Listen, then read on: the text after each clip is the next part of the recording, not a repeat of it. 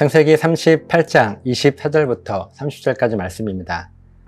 석 달쯤 후에 어떤 사람이 유다에게 일러 말하되 너의 며느리 다말이 행음하였고 그 행음함으로 말미암아 임신하였느니라. 유다가 이르되 그를 끌어내어 불사르라. 여인이 끌려갈 때에 사람을 보내어 시아버지에게 이르되 이 물건 임자로 말미암아 임신하였나이다. 청하건대 보소서. 이 도장과 그 끈과 지팡이가 누구의 것이니까 한지라.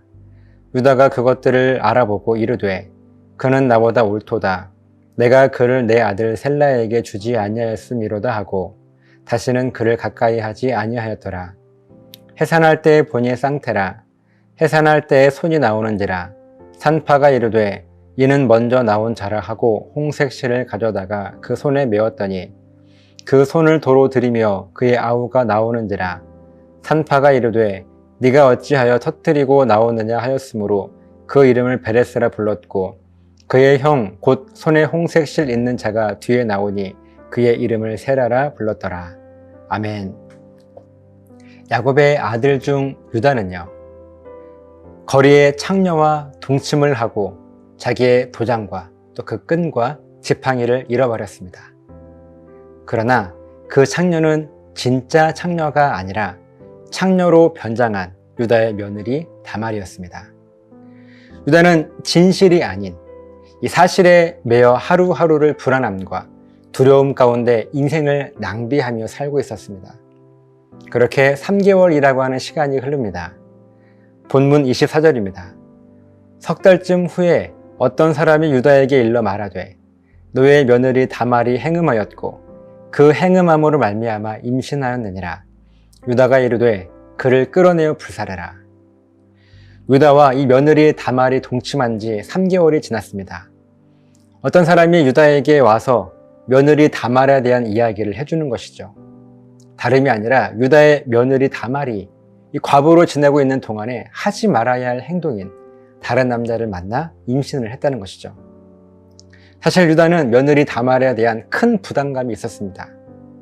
원래는 자기의 막내 아들 셀라를 며느리에게 남편으로 주어야 하는데 마지막 남은 이 아들 셀라마저 하나님께 죽임을 당하게 될 것이 두려워서 미루고 있었기 때문에 유다는 다말에 대해서 큰 부담감을 가지고 있었어요.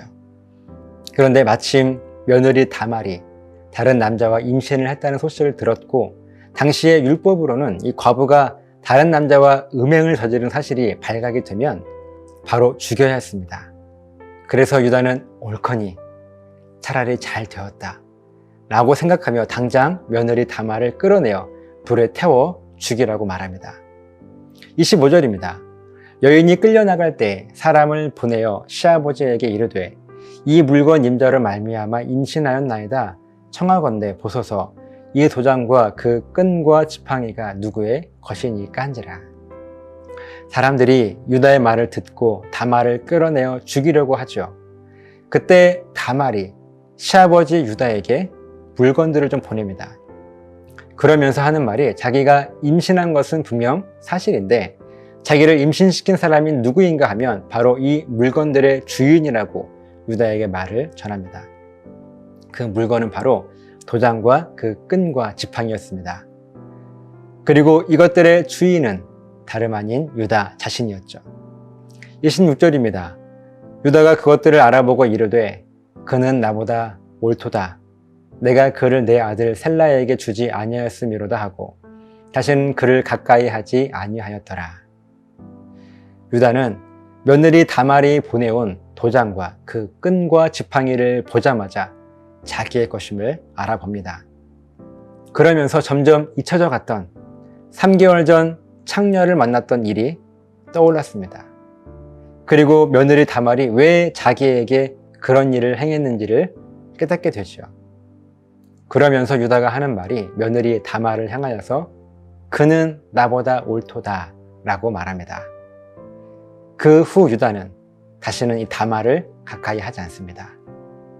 그리고 이어지는 27절부터 30절 말씀에서 다말은요, 쌍둥이를 출산합니다. 이 쌍둥이의 이름은요, 베레스와 세라인데요. 나중에 이 베레스의 혈통으로 다윗 왕이 태어나게 되고 또 더 나중에는요, 예수님께서 이 다윗의 혈통으로 태어나게 되시죠.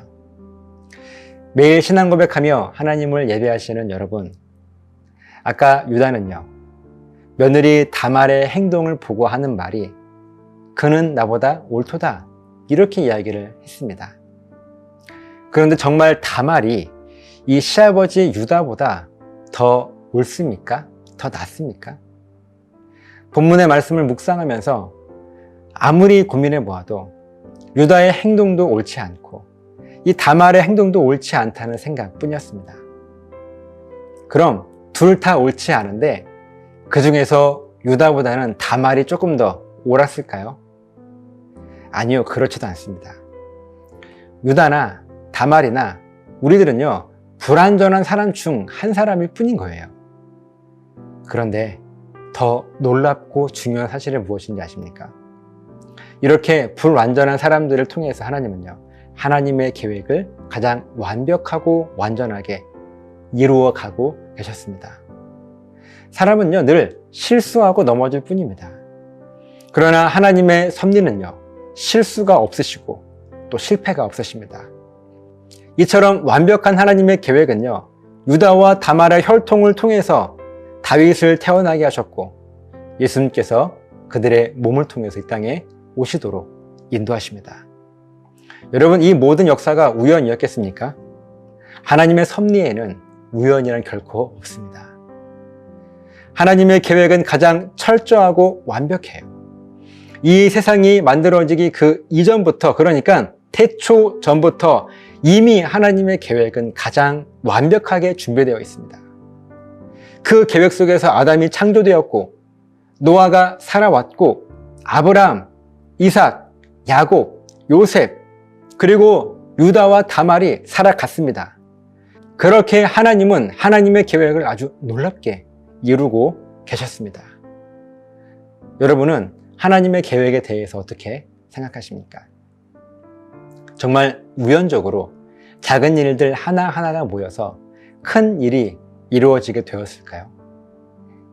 그렇게 하나님도 이 세상이 어떻게 될지, 앞으로 무슨 일이 일어날지, 우리 한 사람 한 사람이 어떻게 살아갈 것인가 하는 그것을 모르고 계시겠습니까? 아닙니다. 하나님은 모든 것을 분명하고 아주 정확하게 알고 계십니다. 그것이 하나님의 계획이기 때문이에요. 그리고 하나님의 가장 완벽한 계획과 섭리 가운데 저와 여러분이 오늘 그 구원을 선물로 받아서 오늘도 다시 살리신 그 부활의 소망을 가지고 믿음으로 힘있게 살아가고 있는 것입니다.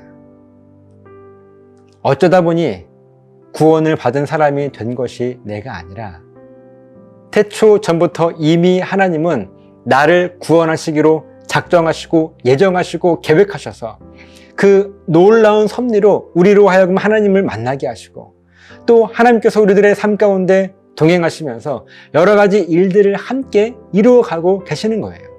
우리가 실수할 수 있습니다. 넘어질 수 있습니다. 그런데 그것들을 통해서도 하나님의 계획은요, 철저하게, 완벽하게, 완전하게 우리의 삶 가운데 이루고 계시는 것입니다. 오늘 본문의 유다와 다말의 그 혈통을 통해서 다윗과 또 예수님을 이 땅에 오시게 하신 것처럼 말이죠. 사람은 늘 실수하지만 하나님의 계획은 가장 완벽합니다.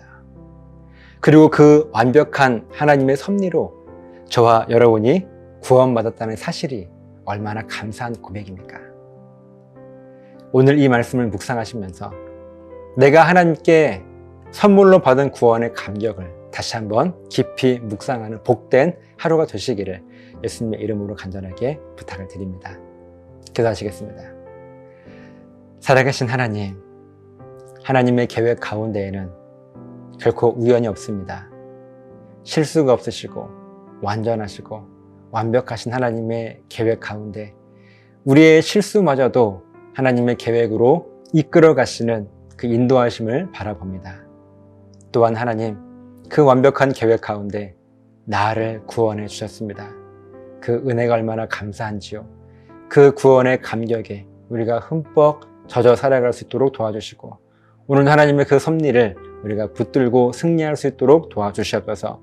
감사드리며 축복하며 예수님의 이름으로 기도드리옵나이다. 아멘. 아멘.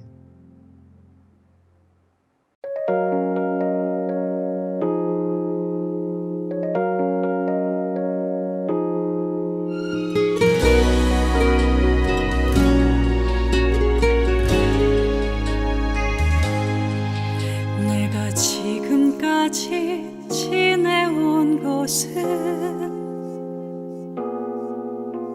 주의 은혜라, 주의 은혜라.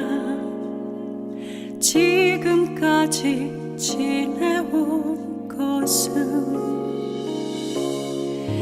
내가 하나님의 자녀 된 곳에 주의 은혜라,